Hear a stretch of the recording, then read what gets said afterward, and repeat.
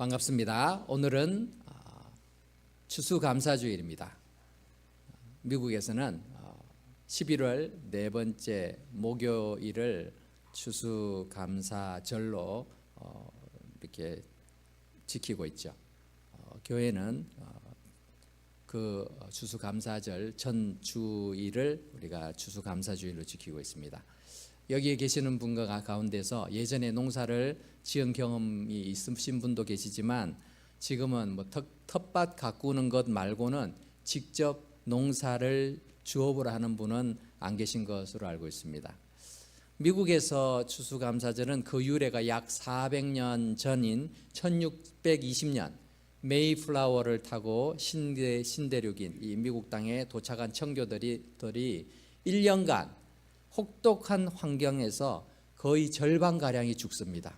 102명이 이 땅에 와서는 한 해를 지나면서 거의 50명밖에 남지 않았어요. 그러니까 그 해 겨울이 얼마나 힘들었겠어요. 10월 달에 와서 겨울을 지내면서 많은 사람들이 풍토병이나 또는 또 여러 가지 질병으로 그렇게 죽었습니다.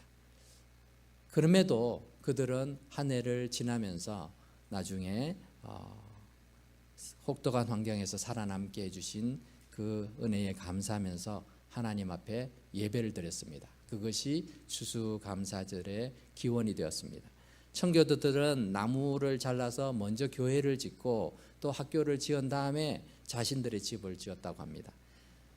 그들은 참 이 북아메리카의 개척자들이었고 또 믿음의 선조들이었죠. 그들은 주의를 철저히 지켰고 11조와 경건 생활을 아주 잘 감당했습니다. 몇 년 뒤인 1623년 그 정착지였던 플리머스 책임 행정관인 윌리엄 브래드포드는 추수감사절을 공식적으로 선언을 했고 나중에 거의 150년 뒤인 1789년 미국의 초대 대통령인 조지 워싱턴 대통령이 이 날을 국가기념일로 선포를 하죠. 추수감사절이 지역마다 날짜가 다 달랐어요. 그러다가 1863년 16대 대통령인 아브라함 링컨 대통령이 11월 넷째 주 목요일을 추수감사절로 지정하면서 오늘까지 이르게 되었습니다. 이것이 미국에서의 추수감사절의 시작이고 유래이죠. 시편 100편은 감사의 시라는 제목이 달려 있습니다. 성경은 감사를 강조를 하죠.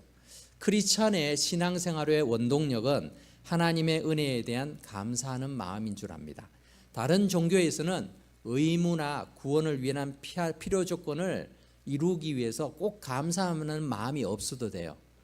그래도 그들의 수고와 헌신과 노력으로 일정한 필요 조건을 감당하면 구원받는다라고 얘기합니다. 그래서 막 고행을 하거나 아니면 구제를 하거나 막 열심히 해가지고 그렇게 내가 감당할 그런 의무 조항을 다 채우면 난 구원받는다라고 합니다. 그래서 불평하면서도 그냥 하면 됩니다. 하지만 기독교는 감사하는 마음이 없이 감사가 없는 헌신, 봉사, 수고, 희생은 하나님 앞에 전혀 의미가 없다라는 거예요. 왜냐하면 하나님의 구원은 우리의 수고와 노력 또는 희생과 헌신으로 이루어진 것이 아니라 전적으로 하나님에 의해서 이루어진 것이기 때문에 그렇죠. 우리에게는 은혜의 선물로 주어졌습니다. 나 같은 죄인을 살리신 주님의 은혜가 크고 놀랍기에 구원의 은혜를 체험한 사람들은 하나님 앞에 감사할 수밖에 없게 되는 것이죠. 그래서 감사는 우리의 신앙생활에 있어서 정말 중요합니다. 오늘은 감사의 능력에 대해서 살펴보면서 하나님의 은혜를 함께 나누기를 바랍니다. 첫 번째로 감사는 우리로 하여금 찬양하는 삶을 살게 합니다. 오늘 1절 2절 말씀해 보니까 온 땅이여 여호와께 즐거운 찬송을 부를지어다. 기쁨으로 여호와를 섬기며 노래하면서 그의 앞에 나아갈지어다 라고 말하고 있죠. 자, 이렇게 찬송을 부르고 노래하면서 하나님 앞에 나아가라 라고 말을 하는데 히브리어에서 감사라는 단어는 찬양이라는 의미로도 사용됩니다. 감사하는 사람은 감사하는 대상을 향해서 자연스럽게 찬양과 칭찬, 칭송을 하게 되기 때문에 그렇죠. 바꿔서 말하면 불평과 원망하는 마음으로는 찬양할 수가 없다라는 거예요. 불평이 가득한데 또 저 사람 상대방에 대해서 미워하는 마음이 가득한데 좋은 말이 나가기 어렵죠. 그와 마찬가지입니다. 그래서 감사하는 마음이 있어야 제대로 된 찬양을 할 수 있다라는 거예요. 시편 50편 23절을 우리 같이 읽어보겠습니다. 시작. 감사로 제사를 드리는 자가 나를 영화롭게 하나니 그의 행위를 옳게 하는 자에게 내가 하나님의 구원을 보이리라. 아멘. 하나님 앞에 제사 드리는 것, 하나님 앞에 예배하는 것도 감사가 있어야 된다는 거죠. 감사함이 없는 예배 있을 수 없다라는 거예요. 감사로 드리는 그 예배, 하나님을 영화롭게 합니다. 그러므로 신앙생활에 있어서 감사는 선택이 아니라 필수인 것이죠. 필수 요소임을 우리가 기억할 수 있기 바랍니다. 하나님 앞에 나오는 자는 찬양과 감사가 필수이라는 것을 오늘 본문 4절에서도 말씀하고 있습니다. 우리 같이 읽어볼까요? 시작. 감사함으로 그의 문에 들어가며 찬송함으로 그의 궁정에 들어가서 그에게 감사하며 그의 이름을 송축할지어다. 아멘. 문에 들어간다는 것은 성전문을 의미하죠. 하나님이 계시는 그 자리에 나 들어갈 때 감사함으로 들어갈 수 있다는 거죠. 불평하는 마음, 원망하는 마음, 화난 마음으로 그렇게 하나님 앞에 나아갈 수 없다라는 것입니다. 감사하는 마음으로, 그리고 찬송하는 마음으로 그렇게 나아갈 때에 우리는 하나님 앞에 전심을 다해서 예배 드릴 수 있는 줄 믿습니다. 감사는 찬양으로 우리의 삶을 이끌어감을 기억하시기 바랍니다. 두 번째로, 감사는 두려움을 물리치게 합니다. 여러분, 신앙생활하면서 가장 힘든 순간들을 되돌아보면 그 순간에는 우리의 마음속에 걱정, 근심, 염려가 가득 찰 때였어요. 어려움 속에서도 해결할 방법도 모르겠고 해결의 기미도 찾을 수 없을 때 우리는 걱정과 염려 속에서 두려워하고 절망하며 낙심하게 됩니다. 이미 절망하고 낙심한 사람에게는 감사할 여유조차도 없죠. 감사할 생각조차도 못합니다. 너무 절망하고 낙심하게 되면. 그러므로 어려운 문제나 상황이 닥칠 때, 어려운 상황이 닥칠 때는 우리는 염려하고 걱정하기에 앞서서 기도해야 됩니다. 문제가 생기면은 그리스도인들은 기도해야 되는 거예요. 그 문제의 해결책을 막 찾으려고 애를 쓰면서 우리는 더 낙심하게 돼요. 왜냐하면 방법을 잘 모르겠거든요. 없을 것 같아요. 그러니까 점점 두려운 마음이 강해져요. 그런데 그럴 때 기도하면서 우리가 문제를 해결하려고 해야 되죠. 그리고 기도할 때 기억해야 될 중요한 한 가지가 있습니다. 그것은 감사함으로 기도하라라는 거예요. 우리 빌립보서 4장 6절 말씀을 한번 같이 읽습니다. 4장 6절 시작. 아무것도 염려하지 말고 다만 모든 일에 기도와 간구로 너희 구할 것을 감사함으로 하나님께 아뢰라. 아멘. 네. 6절만 먼저 읽습니다. 아니, 어떻게 염려할 상황 속에서 감사함으로 기도하면서 하나님 앞에 간구할 수 있는가? 아니, 지금 내가 죽게 되었습니다. 하나님 왜 안 도와주세요? 하고 불평하는 마음이 가득해질 수 있고 또 두려운 마음, 염려가 가득한데 어떻게 감사하면서 기도할 수 있을까? 이런 생각이 들지 않습니까? 그러기 참 어렵죠. 그런데 그렇게 감사함으로 우리가 기도할 수 있는 것이 바로 믿음이라는 거죠. 하나님이 어떤 분이신지를 알면 우리는 그 하나님을 믿고 의지할 수 있게 됩니다. 오늘 본문에서도 3절에 보니까 여호와가 우리 하나님이신 줄을 너희는 알지어다. 그는 우리를 지으시니요 우리는 그의 것이고 또 그의 백성이고 그의 기르시는 양이로다. 아, 하나님이 나의 주인이시구나. 하나님이 나를 지으셨구나. 내가 하나님 것이구나. 하나님의 백성이구나. 하나님의 양이구나 라는 거 알면은 양이 먹을 것이 없다고 자기가 걱정하지 않아요. 그죠? 그 걱정은 목자가 해야 되는 것이죠. 그래서 배고프면은 매하고 뭐 목자에게 그렇게 소리를 지르겠죠. 그럼 목자가 알아서 찾아주는 것이죠. 근데 우리의 목자이신 하나님 어떤 분이시니까 5절에 보니까 우리 같이 읽어봅시다. 시작. 여호와는 선하시니 그의 인자하심이 영원하고 그의 성실하심이 대대에 이르리로다. 아멘.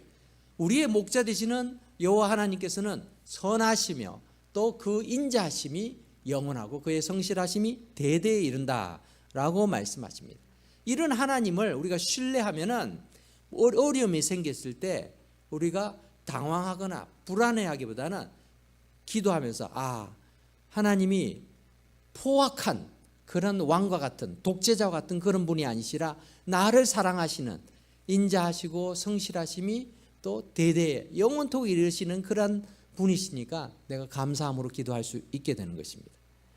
하나님을 신뢰하면 역경 속에서도 어려움 속에서도 우리는 선하신 하나님이 나와 함께 계신다는 것이 얼마나 큰 힘이 되는지 모릅니다. 성경에도 실제로 그렇게 감사함으로 기도한 인물이 있죠. 남유다 왕국이 멸망하고 바벨론 포로로 잡혀갔던 다니엘 그리고 세 친구들은 그들이 포로 생활 가운데서도 바벨론 왕인 느부갓네살에게 또 발탁이 되어서 나라의 귀한 인재로 사용되죠. 특별히 이 다니엘은 그의 총명함과 지혜를 하나님이 주셨어요.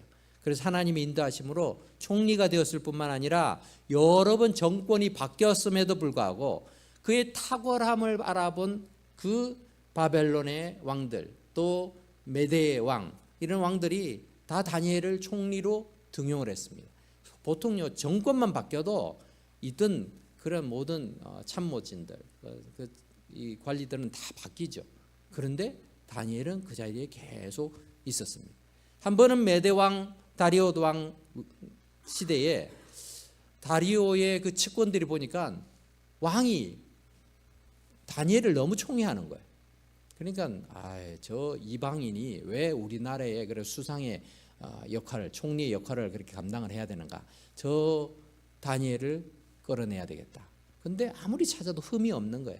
그래서 흠을 만들려고 계획을 한 것이 무엇입니까? 앞으로 30일 동안 한 달 동안은 왕 외에 다른 신이나 사람에게 어떤 것을 구하는 것, 기도하거나 간청을 하면은 그것은 왕을 이렇게 인정하지 않는 그런 것으로 간주해서 사자굴에 던지기로 합시다. 이런 조례를 만들었어요. 그 조서를 꾸며놓고는 왕은 자기를 높여준다니까 얼마나 기분이 좋아요. 그래서 도장을 딱 찍었습니다. 이 소식을 들은 다니엘은 어떻게 했습니까? 다니엘서 6장 10절에 보니까 다니엘이 이 조서에 왕의 도장이 찍힌 것을 모르고가 아니라 알고도 라고 말하고 있죠.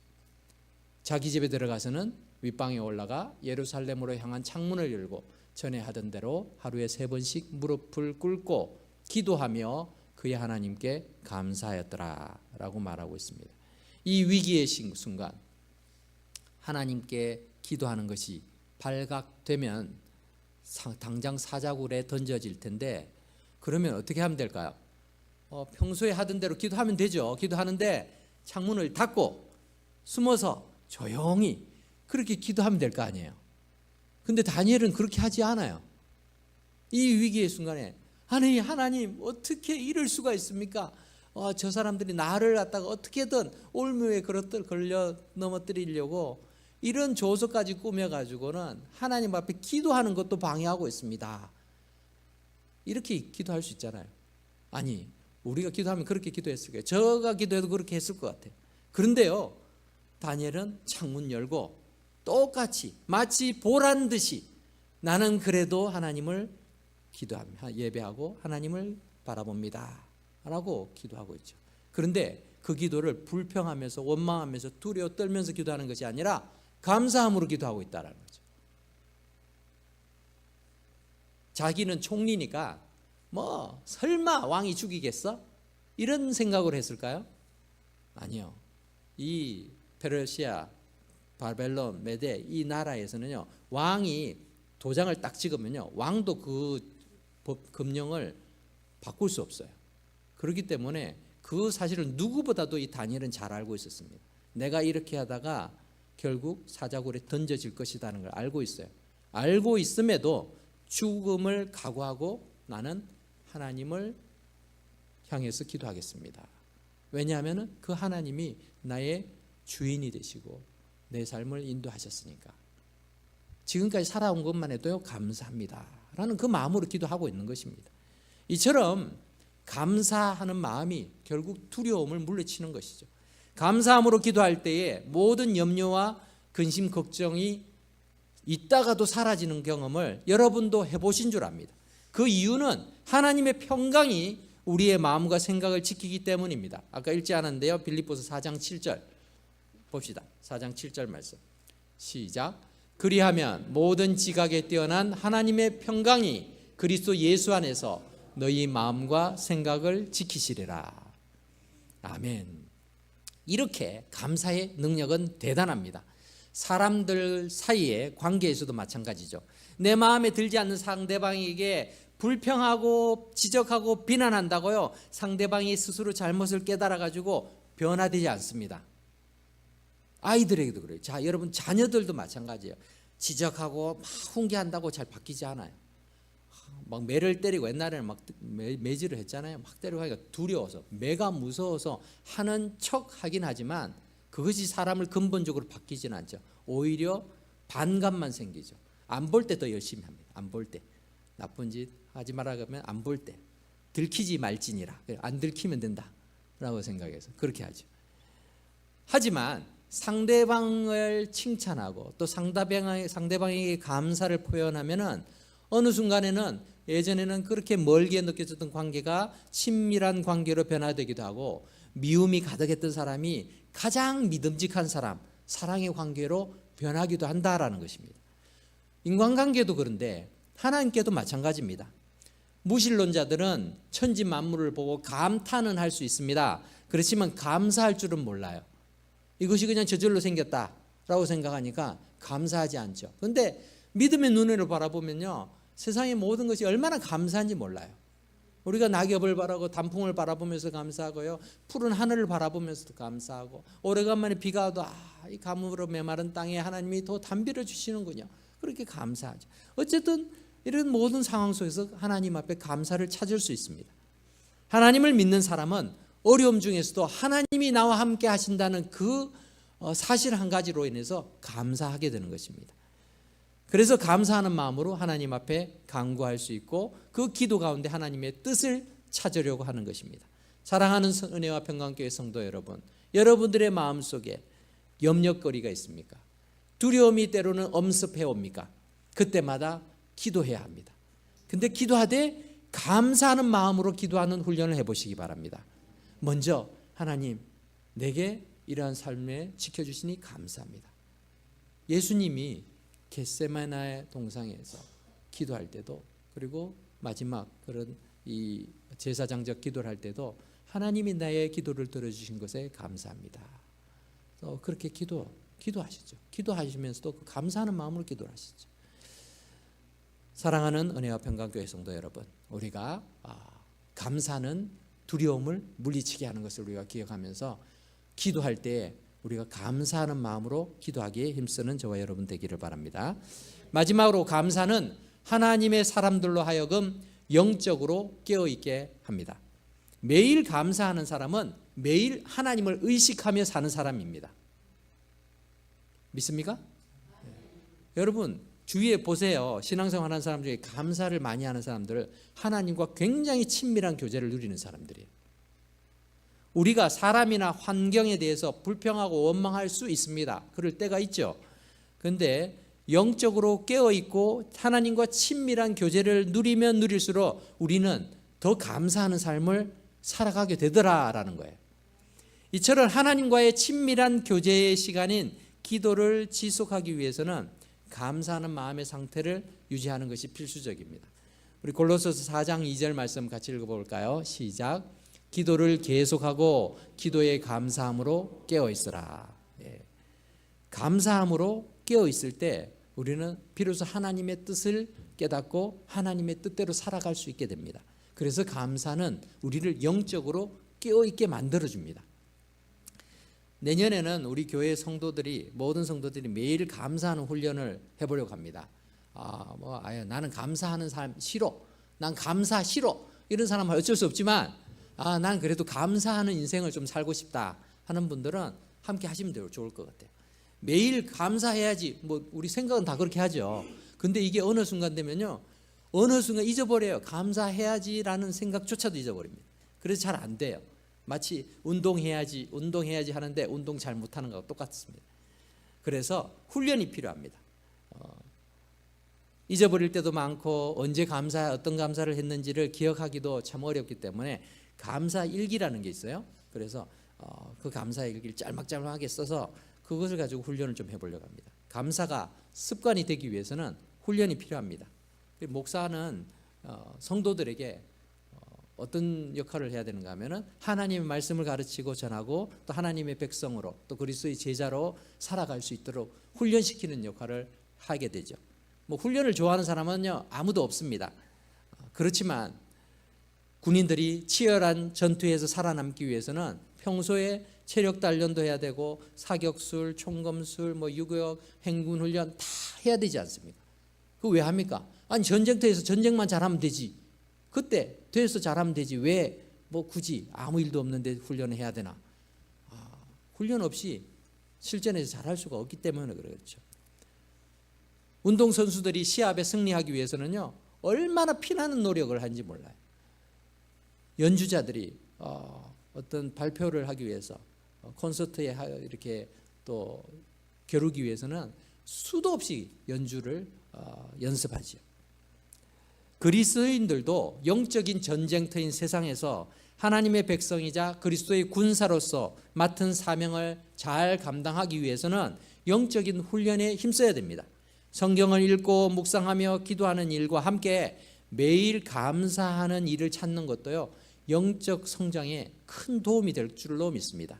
그러므로 감사가 나의 영이 깨어 있도록 만들어 주는지 안 주는지를 여러분들이 한번 해보시기 바랍니다. 그래서 영적으로 더 깨어 있고 영적으로 하나님 앞에 더 가까이 나아가는 그러한 우리의 인생이 될 수 있도록 함께 힘쓸 수 있기를 바랍니다. 말씀을 맺겠습니다. 세상적 가치를 추구하는 사람들은 높은 자리에 오르거나 또는 많은 부를 축적하면 자신의 수준이 상류계층으로 올라가서 더 좋은, 더 훌륭한 사람이 된다라고 생각합니다. 그러나 사람의 품격은 직위나 재물로 살 수가 없습니다. 감사하는 습관은 우리의 삶의 질을 바꿔 놓습니다. 감사는 사람의 수준을 높여줍니다. 여러분 그런 거 보신 적이 있죠? 어떤 사람은 다 갖췄어요. 번듯한 직장에 또 가족도 괜찮고 그런데요. 입만 열면 말이 험하게 나와. 사람을 막 비난하거나 원망하거나 아니면 욕을 하거나 그 사람을 보면서 저 사람 참 품격 있다라고 생각하는 사람이 없어요. 그렇지 않아요? 그런데요. 보기에는 참 다른 사람보다도 가난해 보이고 차림새도 그렇고 한데도요.